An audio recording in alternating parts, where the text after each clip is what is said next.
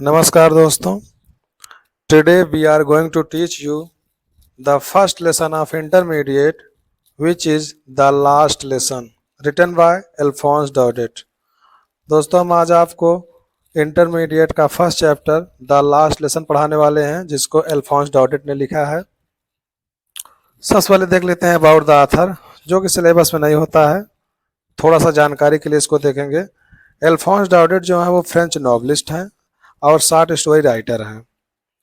About the lesson में यह बताया गया है कि जब फ्रांस पर कब्जा कर लिया जाता है, अर्थात जब फ्रांस को कैप्चर कर लिया जाता है, तो वहाँ की लैंग्वेज को डिसकंटिन्यूड कर दिया जाता है स्कूलों में, अर्थात उसे बंद कर दिया जाता है, उसे पढ़ाया नहीं जाता है। हमारा जो लेसन है वो यहाँ से शुरू हो रहा है। द टेक्स्ट जहाँ से लिखा हुआ है, पैसेज नंबर फर्स्ट है, I started for school very late that morning and was in great dread of I scolding. दोस्तों हम आपको एक एक शब्द का अर्थ बताएंगे, उसके बाद हम उसे एक लाइन में मीनिंग बताएंगे, एक लाइन में हिंदी मीनिंग बताएंगे। तो पहले एक एक शब्दों का अर्थ देखते हैं, उसके बाद फिर जो है हम आपको एक लाइन में अर्थ बताएंगे। वैसे तो इसमें हिंदी दिया भी रहता है इन सभी बुकों में, लेकिन वो हिंदी जो है कुछ दूसरे तरीके से रहती है, जो थोड़ा सा कम समझ में आती है। जब हम एक एक शब्दों की हिंदी निकालेंगे तो हम ज़्यादा अच्छे से समझ पाएंगे। I started for school very late that morning and was in great dread of I scolding. I means मैंने, स्टार्टेड मीन्स होता है शुरू किया, फॉर मतलब के लिए, स्कूल मतलब होता है स्कूल, वेरी मतलब होता है बहुत, लेट मीन्स होता है देर, दैट मीन्स होता है उस, मॉर्निंग का मतलब होता है सुबह। मैं उस सुबह बहुत देर से स्कूल के लिए शुरू किया था। इसका मतलब होता है कि मैं उस सुबह स्कूल के लिए बहुत देरी से निकला था, अर्थात मैं स्कूल को काफ़ी देर से प्रस्थान किया था। And was in great dread of I scolding. And means और, वाज मीन्स था, इन मतलब में, ग्रेट का मतलब होता है, यहाँ पर वैसे तो महान होता है, लेकिन यहाँ पर होगा बहुत का अर्थ है, बड़ा का अर्थ है, यहाँ बहुत का अर्थ है ज़्यादातर, यहाँ सबसे अच्छा अर्थ होगा बहुत।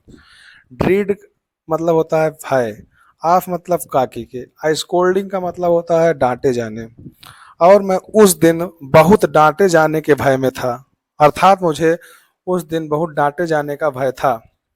स्पेशली विशेष रूप से, बिकॉज क्योंकि, एमहाइमेल हैड सेड, एमहाइमेल ने कहा था, दैट की, he would question, he means वह, वुड मीन्स गागीगे, क्वेश्चन का मतलब होता है क्वेश्चन करना, अस मतलब होता है हमसे, आन मतलब पर, पार्टिसिपल्स का मतलब होता है पार्टिसिपल पर, आन मतलब पर, पार्टिसिपल्स का मतलब होता है पार्टिसिपल्स, इंग्लिश में पढ़ाया जाता है।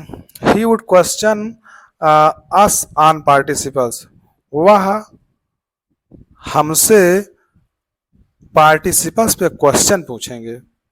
एंड और, I did not know the first word about them. And means और, आई मीन्स मैं, डिड नॉट मतलब होता है नहीं, डिड से पता चलता है कि पास्ट इंडेफिनिट है, नो मतलब जानता था, द फर्स्ट मतलब होता है पहला, वर्ड मीन्स होता है शब्द, अबाउट मतलब के बारे में, देम मतलब उनके, और मैं उनके बारे में एक शब्द भी नहीं जानता था।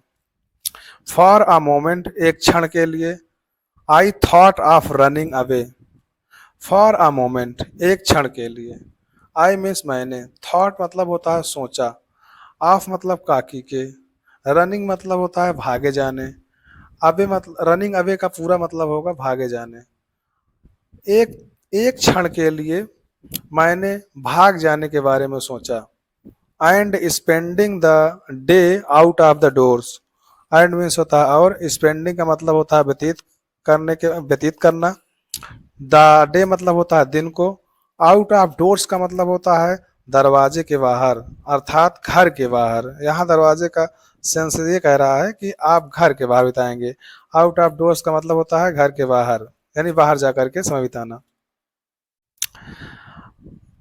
सो फिर से एक बार देख लेते हैं। फॉर अ मोमेंट एक क्षण के लिए, I thought of running away, मैंने भाग जाने के बारे में सोचा, और spending the day out of the doors, और मैंने दिन को घर के बाहर बिताने के बारे में सोचा था। It was so warm, it means कुछ नहीं, वाज मतलब था, सो वार्म मतलब होता है बहुत गर्म, अर्थात दिन के बारे में बोल रहे हैं। इट वॉज सो वार्म, बहुत ज़्यादा गर्मी थी, बहुत गर्मी थी यानी दिन बहुत गर्म था। सो ब्राइट, बहुत चमकीला था। The birds the birds were chirping, चिड़िया चहक रही थी। At the edge of the woods, the birds were chirping, चिड़िया चहक रही थी कहाँ पे? एट द एज, एट मतलब पर, द एज का मतलब होता है किनारा, ऑफ मतलब काकी के, द वुड्स का मतलब होता है जंगल, जंगल के किनारे पर चिड़िया चहक रही थी।